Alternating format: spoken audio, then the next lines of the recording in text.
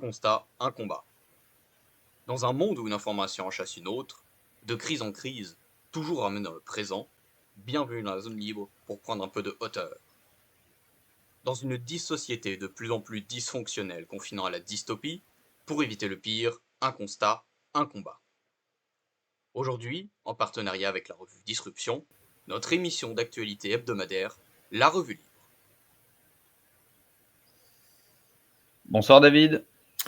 Bonsoir à nos fidèles auditeurs. Bonsoir Noah pour une bonne revue d'actualité. Aujourd'hui, exceptionnellement, je ne citerai le nom d'un certain Blond qu'une seule fois. C'est la première émission depuis son intronisation qui n'est pas presque consacrée uniquement à son action. L'actualité, pour une fois, étant légèrement plus taiseuse, ce qui est vraiment un bol d'air frais. Je ne sais pas comment tu le vis, mais moi, j'ai passé quelques jours à me dire, mais l'univers ralentit-il son développement? Est-ce que les choses changent? Est-ce qu'on va revenir à la normale? Je ne sais pas. En tout cas, le fameux monsieur T ne sera pas au menu. Bonjour Noah. Oui, bonjour David. C'est effectivement, ça va nous changer, parce que on l'avait évoqué à chaque fois. Et bah là, à part le fait que le bras de fer douanier avec la Chine se poursuit, il n'y a pas grand-chose à se mettre sous la dent, effectivement. Mais bon, ça va nous permettre de parler enfin d'autre chose. Pour ceux qui en auraient eu marre que l'on parle sans cesse de lui, pour le coup, ce ne sera pas le cas.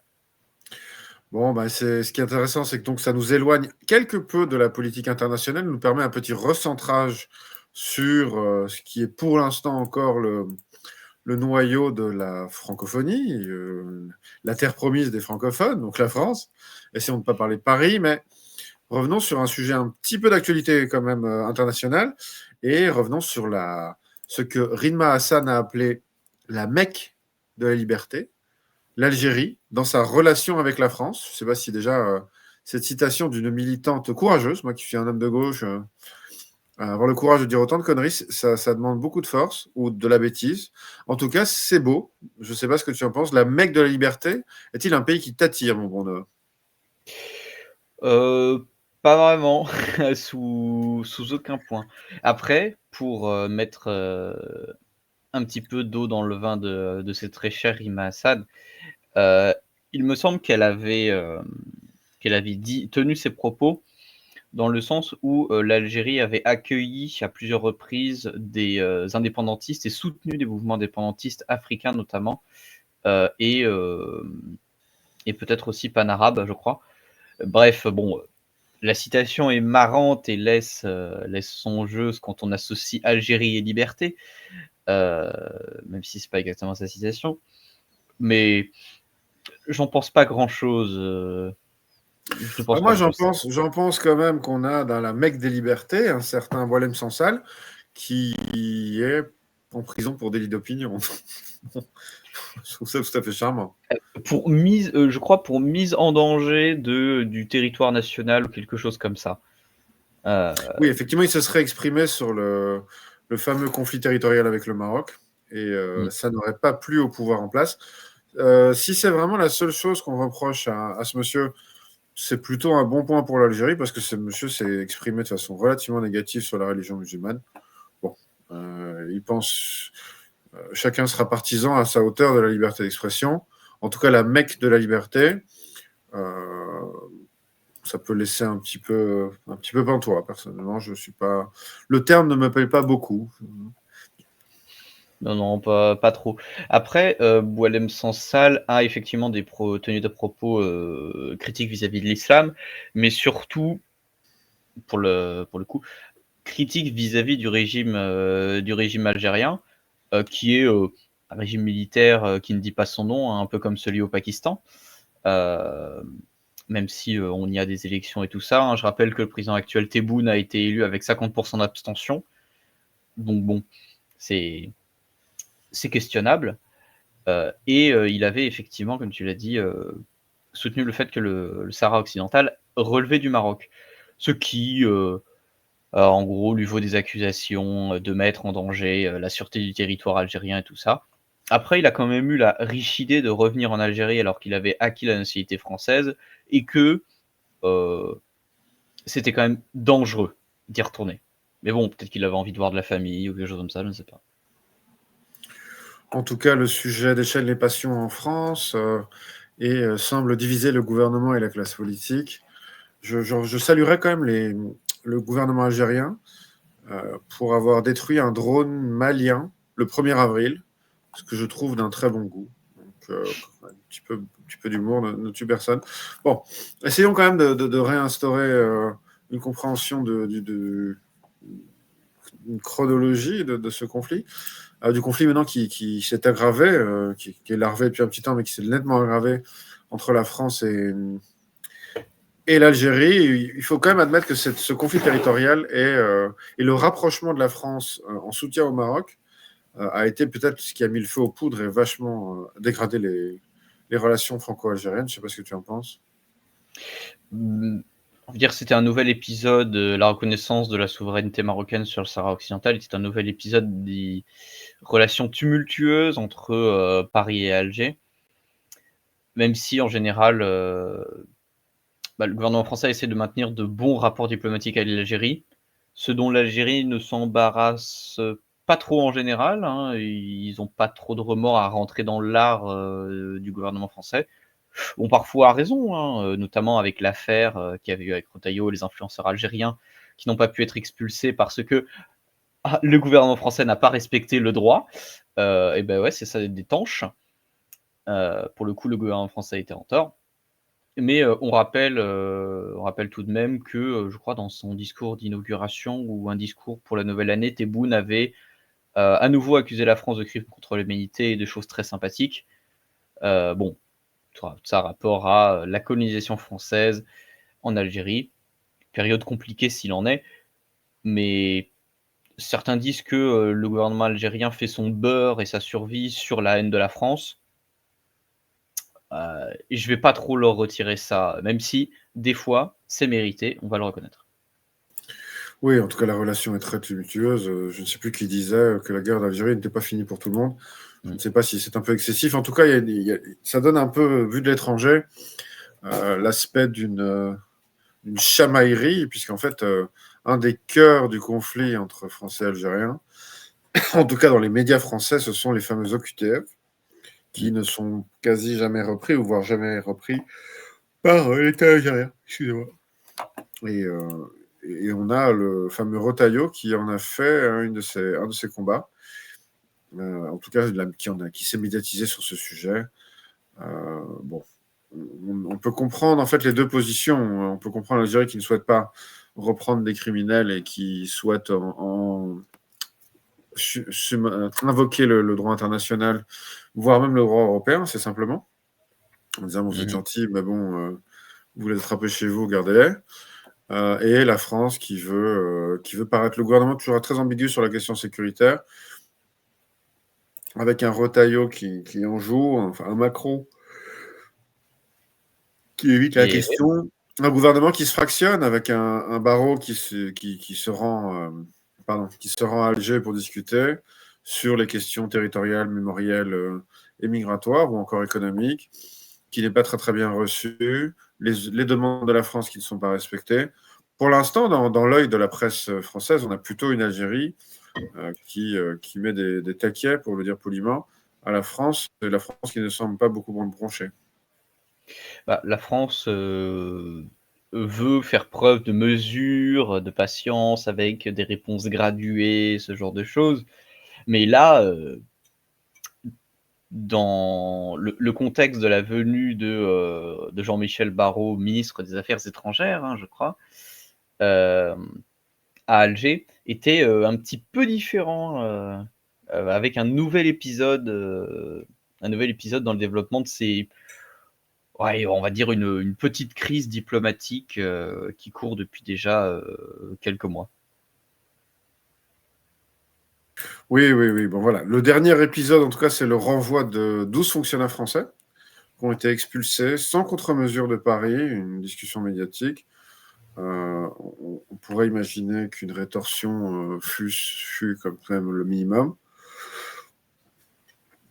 Nous avons en gros un débat qui n'évolue pas du tout sur ces questions. C'est un peu ce qui rend cette conversation en partie un peu futile, c'est que on a une communication française qui se veut le plus aplaventriste possible et qui semble parler pour les instances internationales type ONU pour donner une image de pays lisses, et une Algérie qui peut-être d'une certaine façon parle de façon plus agressive pour parler au tiers-monde qui combat, entre guillemets, le méchant Occident. On est sur des lignes de fracture assez simples. En termes de communication, ça semble quand même plutôt favorable à l'Algérie. Rappelons que l'Occident, c'est 8% de la planète, je crois, entre 8 et 12%, ce qui est quand même pas énorme, et qu'on a donc une énorme partie de la planète qui n'a pas un amour indéfectible pour l'Amérique et l'Europe. Malheureusement, les deux étant amalgamés, bon, j'ai l'impression que la France se retrouve encore coincée dans les années 60-80 et incapable de voir le nouveau monde qui est devant elle. Bah, ce qu'on a, c'est surtout que, on va dire, le gouvernement algérien ne s'embarrasse pas forcément, même s'il prend comment dire? S'habille du droit international et ce genre de choses, et notamment, comme tu l'as dit, du droit français et du droit européen, mais se veut plus agressif et moins subtil, on va dire, dans le fait qu'il cache ses ambitions, parce que parmi les 12 fonctionnaires de l'ambassade française qui ont été renvoyés, renvoyés justement et qui devraient bientôt rentrer en France, il y avait, il n'y avait que 2 agents, de la DGSI, donc pas de la DGSE, hein, des services, de sécurité intérieure, 4 gendarmes et 6 policiers, je crois, qui étaient justement spécialisés dans le contre-terrorisme, et tout ce qui était, sécurité. Donc des profils, bah, de surveillance, on va dire, et de coopération potentiellement avec l'Algérie. Et là où tu t'es trompé, c'est que la France a effectivement renvoyé aussi 12 fonctionnaires en bonne réaction miroir. Sauf que, bah, il semblerait que ce soit des profils beaucoup plus, standards et non pas, «spécialisés» entre guillemets, comme, ceux qui ont été expulsés, de l'ambassade française. D'ailleurs, la France a, semble-t-il, rappelé son ambassadeur, d'Algérie dans un des derniers développements. Bon, très bien. En tout cas, les conflits ne risquent pas de s'affaiblir. On a donc un éloignement continu des deux pays. Qui vivra verra. Je ne sais pas très bien vers où ça nous mène.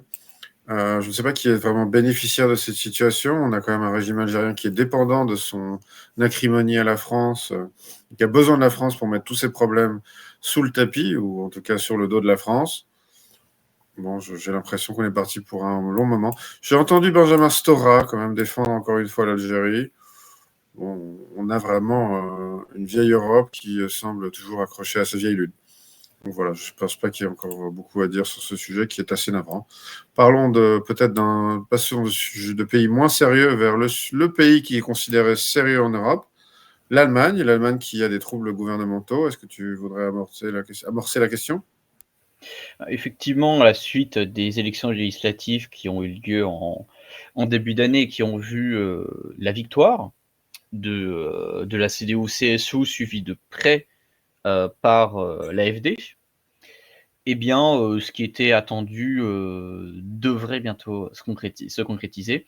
À savoir que, Friedrich Merz, donc, chef de file de la CDU-CSU, a, dans ses négociations avec le SPD, obtenu déjà le soutien de ce parti, donc, actuellement le 3e plus gros parti en Allemagne, et dernièrement obtenu le soutien des, Verts pour un plan d'action budgétaire à hauteur de 500 milliards d'euros investis sur 12 ans. Bon, ça peut paraître gros, mais du coup, c'est sur 12 ans, c'est bien étalé. Hem Et pour ça, les objectifs sont la modernisation des infrastructures allemandes, mais aussi le réarmement, de la Bundeswehr pour atteindre idéalement un, un pourcentage, de 3, il me semble 3% selon les objectifs, de l'OTAN, dans la part du PIB investi dans l'armée. Ce qui reste, ce qui représente un effort assez important. Je crois qu'en Europe, il n'y a que la Pologne qui rentre dans cet objectif. Et ces mesures sont accompagnées d'un pack, on va dire un pack écologique, pour faire plaisir aux Verts. Et avec ça, on a quelque chose qui change assez de l'ordinaire pour les Allemands, à savoir la levée du frein de la dette, qui est un mécanisme allemand qui empêche de prendre des emprunts trop importants et d'autant plus pour alimenter les dépenses courantes, c'est-à-dire les dépenses de fonctionnement et tout ça. Typiquement, ça empêche d'aboutir sur une situation à la française où on s'endette pour continuer à faire tourner le gouvernement. Je rappelle que, alors, mes nouvelles datent quand même d'il y a un bon moment, c'est-à-dire de l'ère Merkel, mais sous Merkel, on avait eu un budget allemand à l'excédent, ce qui avait mené à des baisses d'impôts. Donc, il n'est pas déraisonnable du tout de penser que le budget allemand est toujours à l'équilibre et que celui-ci devrait potentiellement passer dans le négatif via l'endettement pour financer justement cet effort, surtout de réarmement. Avec ça, les Verts ont du coup accepté de débloquer la situation et de mettre fin à ce levier pour les dépenses militaires, mais la dette ne pourra toujours pas servir à alimenter les dépenses courantes, ce qui marque tout de même un petit changement et affirme à nouveau la volonté allemande de se réarmer, de se redonner de l'autonomie stratégique dans un contexte assez tendu, hein, avec la guerre en Ukraine qui ne semble pas vouloir finir. À chaque semaine, c'est la même chose. Et la Russie qui se fait plus pressante vu que les États-Unis se distancient de l'Europe. Il faut quand même souligner que ça arrive après 2 ans de récession. Une Allemagne qui déjà est quand même relativement sous l'eau avant ses investissements, qui sont quand même des investissements qui ne seront jamais lucratifs, hein. C'est-à-dire que l'armement, à moins que vous ayez prévu de piller les pays voisins, ça ne rapporte pas d'argent, ça coûte, c'est un poids. Et c'est difficile d'imaginer une Allemagne se sortir de ça. C'est difficile avec ce genre d'investissement, même si mettre les gens au travail est quand même quelque chose qui alimente l'économie, sans être un keynésien forcené. On a une situation assez étonnante. Enfin, étonnante, non, parce que bon, on voit la course mondiale vers la guerre. Ça fait 20 ans maintenant que tout le monde s'arme. Même si, il faut souligner que Trump a quand même... Voilà, deuxième fois que le nom sort, c'est Monsieur Blond, Monsieur le Bon américain. Lui est en train de négocier, semble-t-il, on verra si ça va au bout, avec les Chinois pour une baisse d'investissement militaire. Donc on voit que le personnage est beaucoup plus compliqué quand même que ce qui se dit et que bon, voilà, on n'est pas face à un sanguinaire, un fou sanguinaire. Bon, on a une Europe qui se réarme. On a d'ailleurs, j'ai dit Vance, qui a, au cas où on n'aurait pas compris en Europe, parce qu'effectivement, le gouvernement américain, le gouvernement Vance et Trump est suffisamment clair pour avoir dit vouloir lâcher les Européens. Non seulement l'avoir fait démontrer, et maintenant il le dit, il dit, bon écoutez, vous êtes gentils, mais débrouillez-vous, ce qui est une insistance quand même un peu marquée. Mais vu les élites européennes, ça semble peut-être effectivement nécessaire, parce que la compréhension n'est peut-être pas leur première qualité. Donc on a une Allemagne qui se réarme. Bon, elle vient de loin, soulignons quand même que c'est une industrie tout à fait sérieuse, un pays qui a quand même du budget et qui est peut-être la seule capable en Europe avec... peut-être les Polonais qui ont effectivement une tradition militaire qui est assez dépensière depuis un petit temps, ils achètent américains de façon un peu féroce, ils soient réellement capables de faire tourner la guerre. Je ne sais plus qui disait avec la logistique, c'est le nerf de la guerre. On parle de tactique et de stratégie quand on est un militaire, mais quand on est un vrai grand général, on parle de logistique. Et ce qui fait dire à Emmanuel Todd que la Russie a vaincu en Ukraine les États-Unis, c'est qu'elle a fait suivre son économie et a été capable de produire suffisamment de quoi alimenter son armée de façon régulière, ce que l'Europe n'est pas capable de faire, et encore ni les Américains. Donc on a une situation assez difficile. Bon, si j'étais très mauvaise langue, je dirais, bon, les fois où l'Allemagne s'arme, ça se passe pas toujours bien. Et surtout si elle est dans une situation économique difficile, le défaut d'avoir un armement après correct quand il est dans une situation difficile économique, c'est d'avoir des petites pulsions envers ses voisins. On a envie de s'en servir. Oui, c'est logique. C'est logique. Bon, on verra, je ne sais pas. En tout cas, on peut s'inquiéter. Je crains qu'on puisse un peu s'inquiéter de cette montée à la radicalité. Effectivement, comme tu l'as dit, l'armement de l'Allemagne n'est jamais une bonne nouvelle. Soit c'est synonyme de volonté allemande pas très pas très pure, soit d'un contexte international encore pire. On rappelle que le réarmement de l'Allemagne s'était fait dans le cadre de la fin partielle de son occupation et de la création de la République fédérale allemande au début de la guerre froide, pour pouvoir servir d'auxiliaire, bien sûr, on se comprend, en cas de conflit avec justement le camp soviétique. Là, on est dans une configuration qui retrouve un peu celle-ci. Mais je pense qu'on n'a pas fini de pouvoir vanner sur l'état catastrophique de la poubelle ambulante qu'est la Bundeswehr, même si, en tant que Français, je ne ferai pas le fier trop fort, parce que l'état de l'armée française est certes meilleur, mais c'est pas magique non plus là-dessus.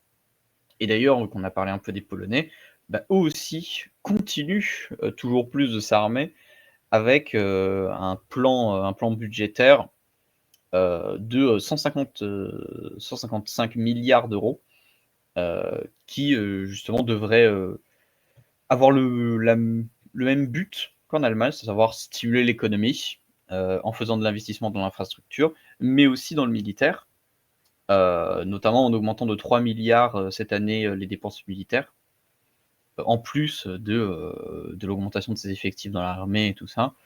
La pression à l'Est s'accentue, on va dire.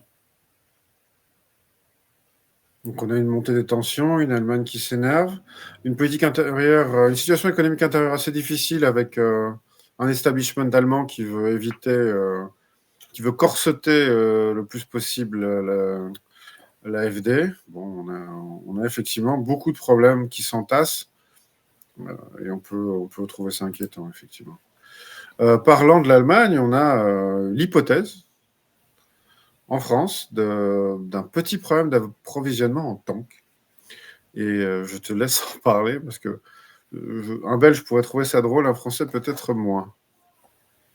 Effectivement, c'est une petite musique qui semble commencer à courir dans les milieux bien informés du ministère de la Défense, de l'Hexagone, l'Hexagone Ballard, pour ceux qui savent, ce magnifique bâtiment qui est censé être le Pentagone français, et qui sert de ministère de la Défense. Eh bien, le parc français actuel de chars, qui est d'environ 200 chars Leclerc à peu près, semble faire un petit peu pâle figure face aux nécessités potentielles d'une guerre de haute intensité. On rappelle que la doctrine française militaire, enfin la doctrine militaire française actuelle, comme celle de tous les pays occidentaux à part les États-Unis, parce que c'est un cas spécial, eh bien c'est une doctrine d'intervention extérieure rapide. Donc ça joue beaucoup sur des forces spéciales, des forces motorisées rapides, des forces d'action rapides en gros, et moins sur la capacité de déploiement sur un front large avec des grandes offensives blindées et ce genre de choses. Ce qui justifie le relativement faible parc blindé français, enfin du moins de chars, parce qu'après les blindés c'est plein d'autres choses. Et du coup, avec ça, quelques voix au ministère de la Défense évoqueraient la possibilité de se fournir en Léopard 2 A8, donc les charmants équivalents allemands du Leclerc, mais en désespoir de cause, parce que je rappelle que les usines qui fabriquaient le char Leclerc ont été délocalisées en Allemagne. Voilà, tout comme Mass qui a fermé, Mass qui produisait le FAMAS, évidemment, et qui nous force à nous fournir en un magnifique fusil belge que les forces armées françaises ont un peu de mal à utiliser apparemment. Problème de compatibilité, d'habitude, tout ça. On souligne l'immense qualité de cette arme, évidemment. De manière tout à fait objective, effectivement. J'espère qu'il fait cuire les frites convenablement. Il fait cuire tout, sauf les frites. Bon, quel échec de produits belges, j'ai envie de dire. Mais avec ça, la possibilité de combler un manque de forces de frappe blindées avec un achat de chars étrangers pourrait paraître une bonne idée, sauf que les commandes actuelles de chars Léopard s'étendent jusqu'en 2032, premièrement, pour 600 unités qui ont été commandées par divers pays dans le monde. Parce que le char Léopard est effectivement assez demandé. Il a beaucoup plus de succès à l'export que le char Leclerc. De toute façon, le Leclerc ne peut plus être vraiment produit. C'est magnifique. Et la potentialité d'adoption de ce char partiellement par l'armée française, causerait un joli petit problème qui s'appelle un dédoublement de la chaîne logistique. À savoir qu'avoir 2 modèles d'un même véhicule fait qu'il faut plus de pièces détachées, du personnel formé à l'utilisation. Bref, ça alourdit la logistique et on se retrouve avec une armée, à l'ukrainienne, c'est-à-dire qui est bourrée de matériel étranger, où, la logistique est écrasée et où ce n'est tout simplement pas tenable et pas fonctionnel.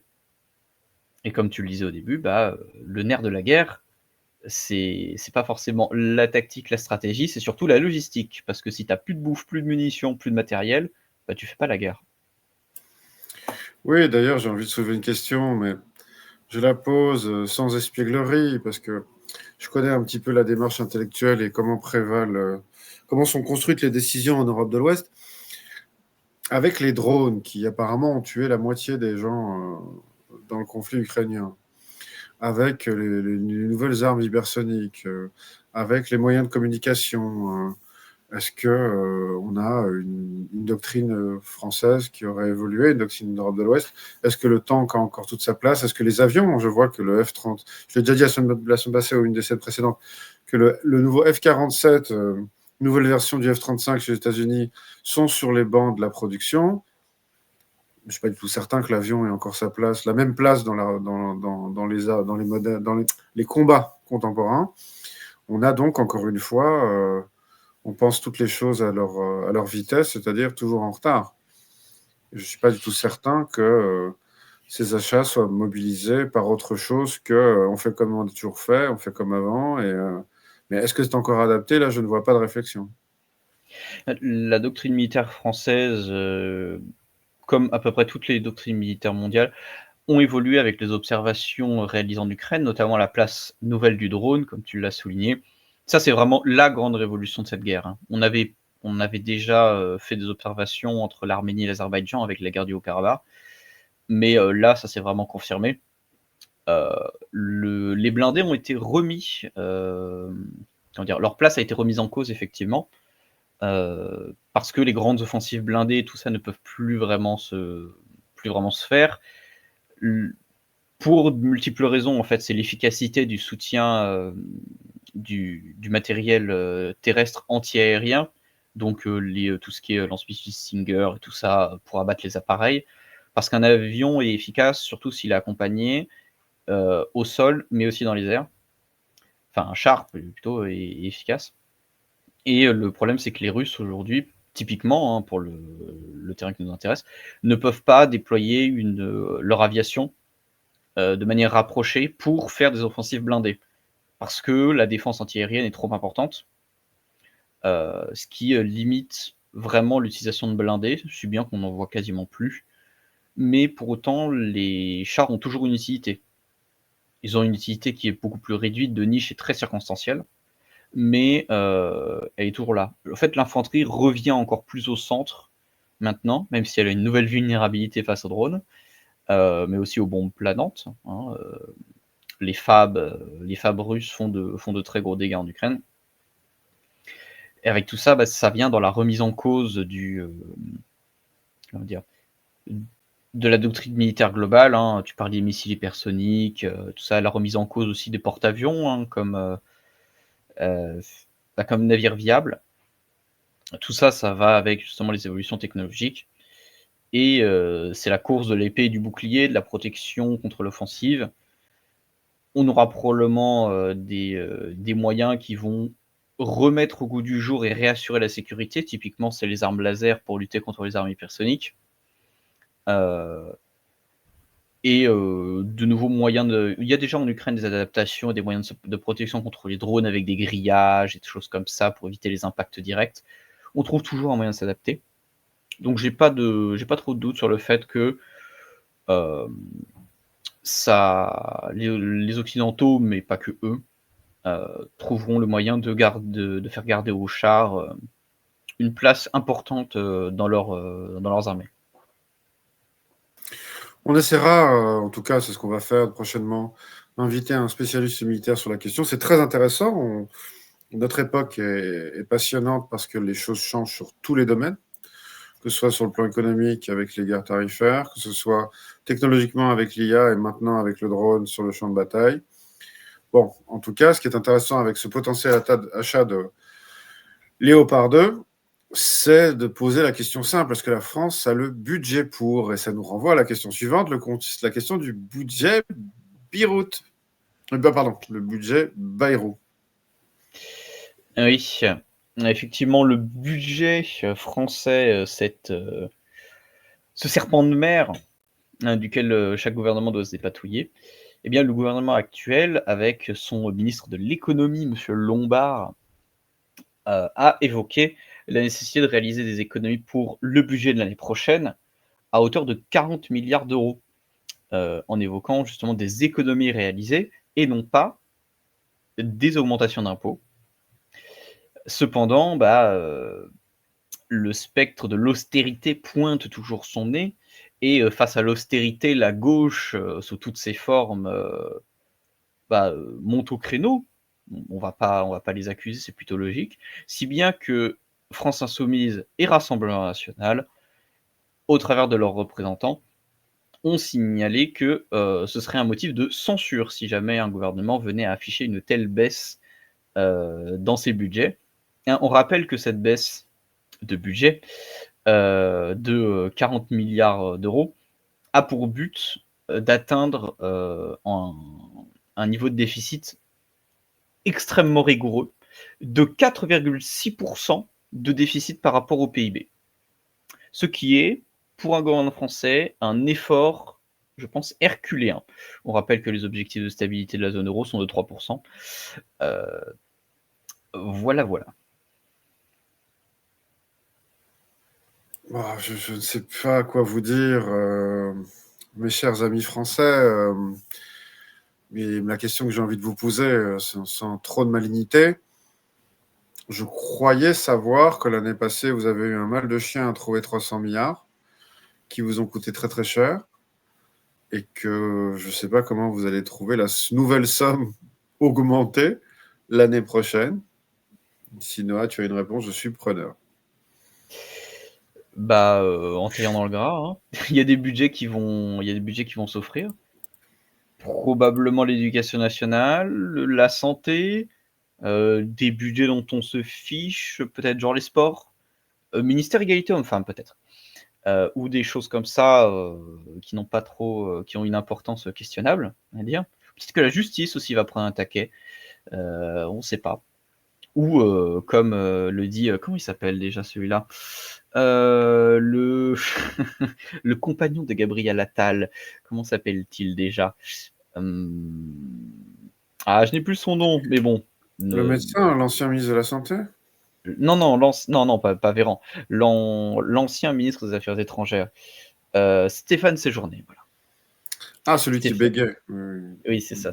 Monsieur Séjourné a évoqué un choc de simplification et non pas un simple toilettage.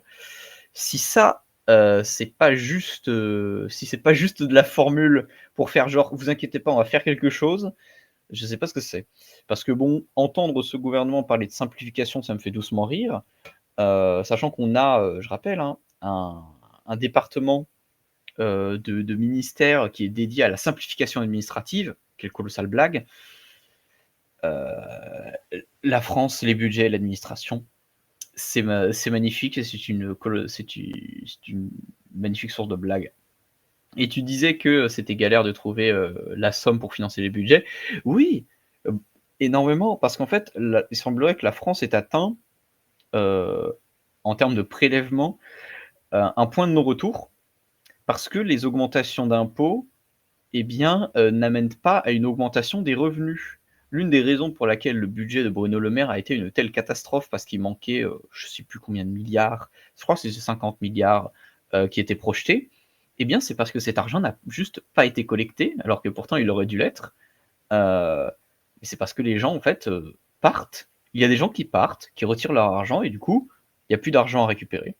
L'État ratisse tellement large pour prendre autant d'argent qu'il peut pour soutenir son train de vie obèse, que ça ne marche plus, ça prélève trop, et du coup, ça ne peut plus prélever.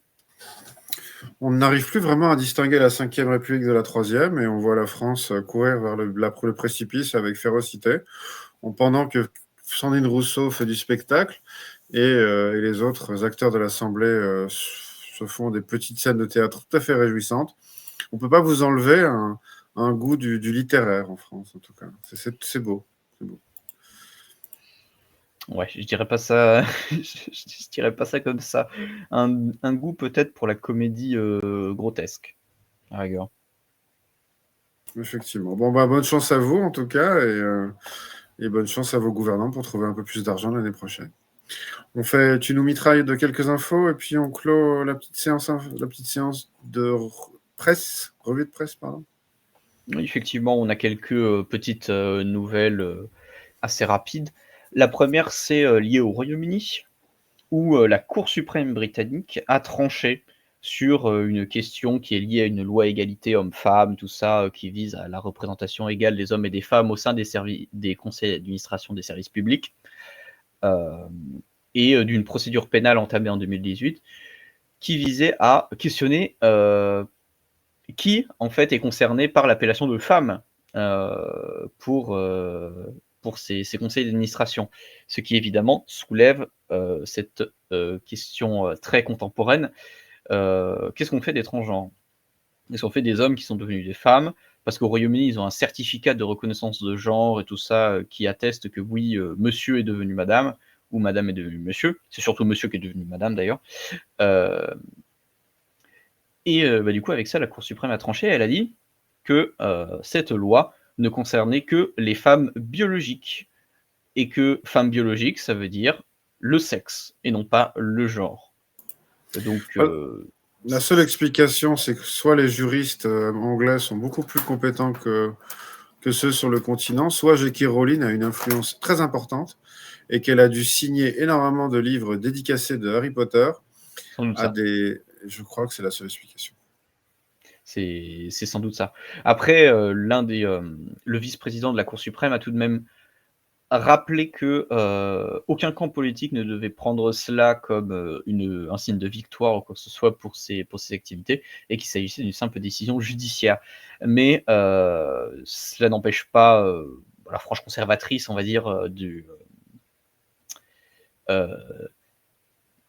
comment dire ça, Le du Conseil paysage politique, notamment sur X, de le voir comme une certaine forme de victoire, ce que c'est, malgré tout. Hein, on a la reconnaissance d'une certaine manière que ce qui est considéré comme femme biologique, du moins dans ce cadre de texte de loi, eh bien, ce qui est considéré comme femme, c'est femme biologique.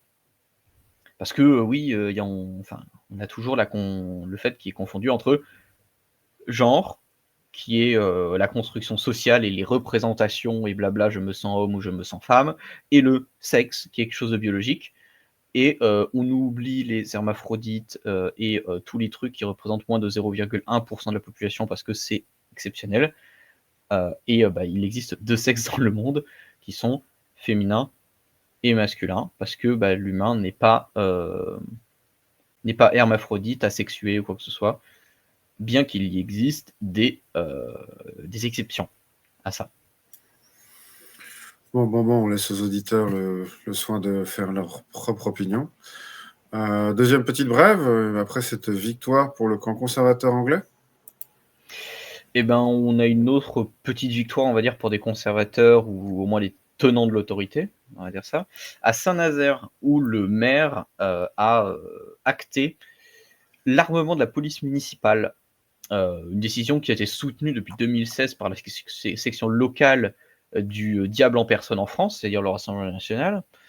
Une décision qui a provoqué l'ire des écologistes et de la France insoumise, dont le maire et la section locale du Parti socialiste ont dû se justifier, notamment dans le cadre de la lutte contre le narcotrafic, les agressions et l'insécurité qui monte à Saint-Nazaire. On ne fera bien sûr aucun lien avec la proximité de cette magnifique métropole qui est Nantes, juste à côté, qui est bien sûr un havre de paix parfaitement sécurisé, notamment pour les femmes. N'hésitez pas à sortir au-delà de 22h seules dans les rues, tout se passera très bien. Et donc avec ça, on a la deuxième ville, semble-t-il, au moins de la côte, de la façade atlantique, gérée par la gauche, qui adopte l'armement pour sa police municipale, après le cas de Bordeaux. Donc quand la gauche, alors certes c'est le PS, mais quand même, quand la gauche finit par aller à reconnaître une situation d'insécurité, de danger et de narcotrafic, ce qui est une vraie raison, ça veut dire que la situation doit être sacrément merdique et ça veut quand même dire quelque chose, quoi qu'on en dise. Restons dans les mauvaises nouvelles. Une petite brève pour le sportif du rugby, Sébastien Chabal, qui annonce être une victime des commotions cérébrales et qui, malheureusement, n'a que peu de souvenirs de sa carrière. Il souligne ne se souvenir de presque aucun match, et encore moins des Marseillaises, soulignant par là son patriotisme, qu'il a pu chanter ou entendre. C'est assez dramatique. On voit que le rugby est un sport assez violent et qui peut avoir des conséquences sur la santé tout à fait graves.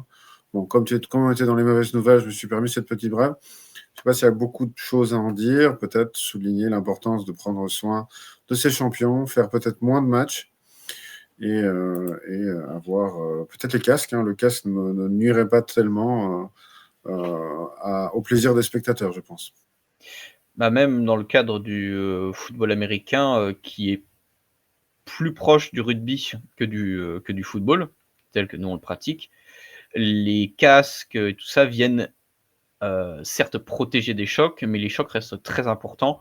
Et tout ce qui est rugby, football américain, boxe, les sports de combat en fait où la tête peut être atteinte par des chocs, eh bien ces cas de commotion, problème de mémoire, perte de capacité cognitive, ne sont malheureusement pas rares en cas de choc important. Je vais te choquer et peut-être surprendre certains d'entre vous, mais en boxe thaï, où les jeunes les jeunes espoirs commencent à boxer régulièrement, très jeunes, avant 10 ans, presque un match par semaine, un combat par semaine, ce qui est assez équivalent c'est Any Given Sunday, donc le football américain c'est tous les dimanches. Eh bien, étonnamment, la boxe thaï a moins de commotion cérébrale. Bon, tu vas me dire que les genoux, les coudes, pardon. Non, les genoux et les jambes sont très utilisés, ce qui est vrai. Mais la présence des gants, en fait, en boxe, diffusant le choc sur l'entièreté du visage, a plutôt tendance à accentuer les possibilités de commotion. Bon, il est tout à fait certain qu'en boxe anglaise, n'utilisant que les poings, les chocs à la tête sont plus nombreux qu'en boxe thaï. Bon, on voit qu'en fait, c'est un truc un peu complexe, peut-être, et que la science pourrait trouver des meilleurs moyens de défendre le crâne, parce que les commotions dans le football américain, malgré l'équipement, restent extrêmement importantes. Dans le rugby aussi, donc bon, je crois qu'on pourrait faire des efforts pour protéger nos athlètes. Ça retirerait pour certains, je pense, l'intérêt du sport et tout ça, il y aurait moins de choc, de côté percutant et le côté véritable, sans protection, on va dire. Mais c'est toujours le délicat équilibre entre spectacle, protection et préservation des sportifs dans ces milieux. Un casque dans une matière particulière protégeant le crâne, je ne suis pas du tout certain que ça sera un énorme changement pour le rugby français. Bon, grand débat, enfin petit débat. Voilà, on verra. Je te laisse la prochaine brève. Bien, c'était à peu près tout ce qu'on avait en nouvelles. Actuellement, comme tu l'as dit au début, c'est plutôt calme jusqu'à la prochaine vague. Donc, on a une petite semaine de vacances. Ne vous habituez pas à ce rythme ralentissant après la tornade Trump. On ne sait jamais ce qui peut arriver et on voit un monde très complexe qui continue à évoluer. N'hésitez pas à rejoindre les débats sur Discord, sur les réseaux sociaux. Nous participons au débat public, essayons de vous amener des experts. Merci Noah pour ton bon travail. Merci à tous de nous avoir écoutés. Au revoir. Au revoir.